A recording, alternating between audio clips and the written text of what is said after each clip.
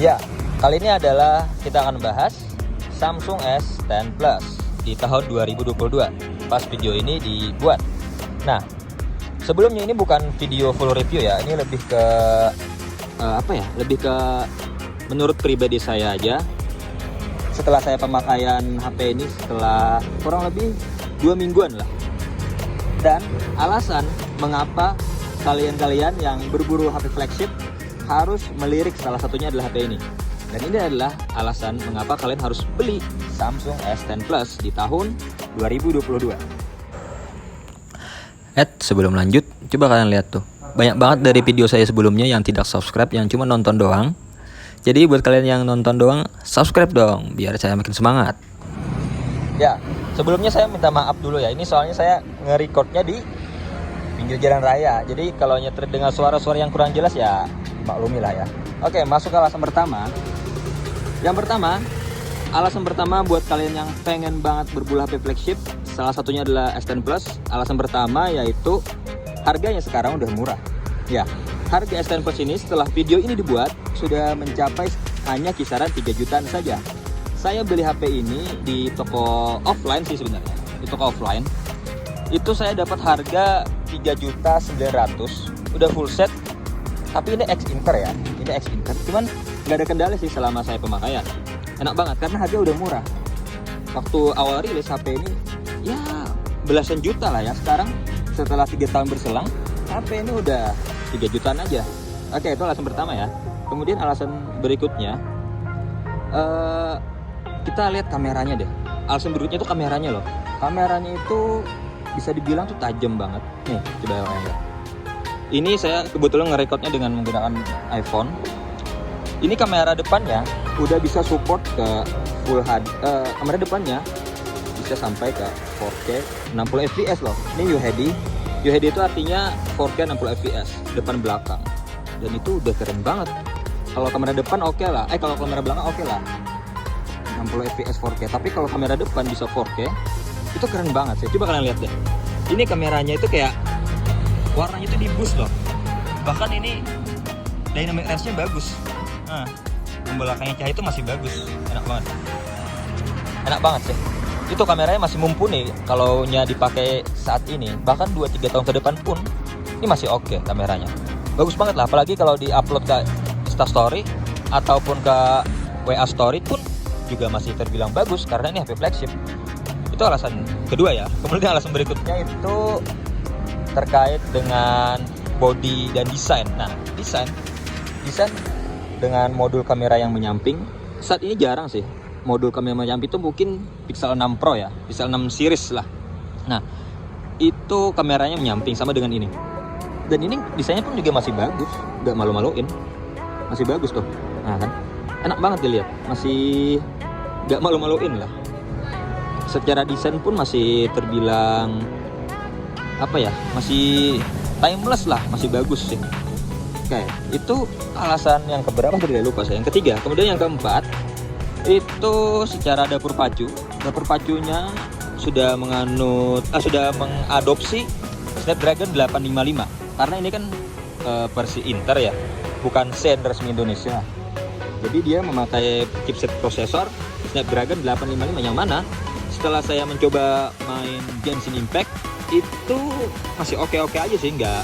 Tapi kalau kita kalau lumayan setengah jam itu udah terbilang anget lah. Tapi kalau kita main Mobile Legends, terus Apex Legends atau main PUBG itu masih powerful, masih oke banget loh ini kameranya. Kemudian itu alasan yang keberapa? Yang keempat ya. Kemudian yang kelima. Oke, alasan berikutnya itu alasan untuk membeli HP ini ya ini. Layarnya itu tajam banget, tajam parah sih. Ini kan resolusinya 2K. Dan kalau kalian lihat secara langsung itu tajam. Layar itu tajam banget. Dan canggihnya lagi, layarnya ini bisa di-adjust. Bisa kita atur resolusinya. Nah, misalnya kayak gini. Nih. Nah, ini kan udah di-setting ke resolusi 2K, 2K. Dari ke resolusi HD. Ini lumayan tajam juga sih sebenarnya, apalagi udah 2K kayak gini kan, WQ HD Plus gitu, itu makin tajam lagi layarnya. Dan ini kalau lihat langsung itu, wah, apalagi lengkung. layarnya melengkung, curve, 3D curve display gitu. Tajem parah sih ini mah, keren banget sih. Kayak alasan berikutnya itu baterai ya. Ini yang saya rasakan, baterainya terbilang awet loh. Ini kalau kita cek di acu baterai, itu kondisinya di 84% kesehatan baterainya. Tapi saya penggunaan HP ini sekitar dari pagi jam 7 itu bisa dapat SOT atau screen on time hampir 7 jam. Hampir 7 jam, 6 jam sekian lah. Mepet-mepet 7 jam lah. Asal tanpa game. Dan itu pun menurut saya di HP yang sudah terbilang cukup tua, 2019 3 tahun ya, untuk ukuran flagship itu awet loh, lumayan awet. Saya lumayan impresi, bagus banget lah. Dan itu yang saya suka itu kayak kameranya loh. Kameranya kalau saya bandingkan dengan Pixel ya, kalau saya bandingkan dengan Pixel yang pernah saya review kemarin itu Pixel 4, itu dia itu dynamic range-nya. Apalagi ini kan di sore-sore di belakang cahaya, itu aja di viewfinder-nya aja udah terlihat bagus loh. Wajah terlihat masih bagus, kemudian langitnya pun masih terlihat masih oke, di viewfinder-nya bagus.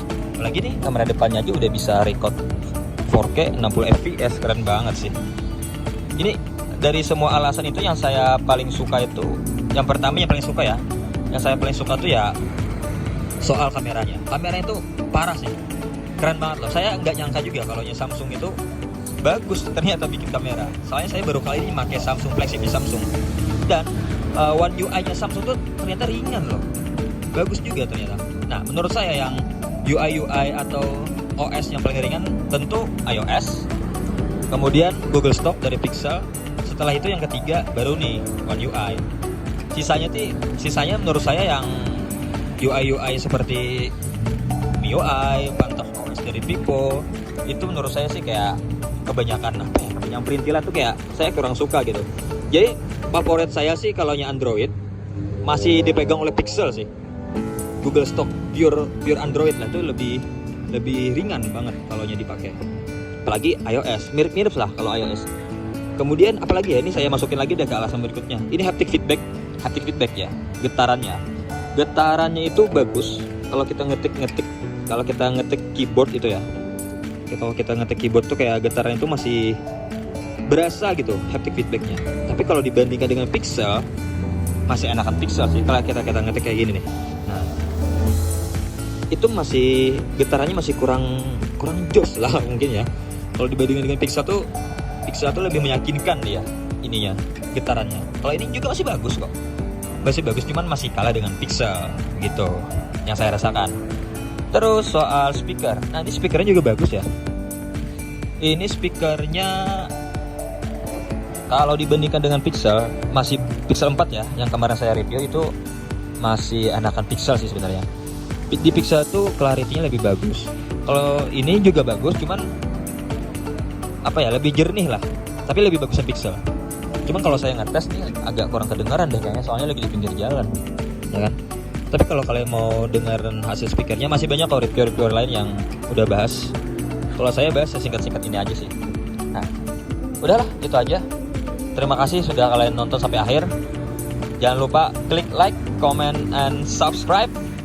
Dan jangan lupa klik juga tombol notifikasinya biar gak ketinggalan video saya berikutnya. Terima kasih.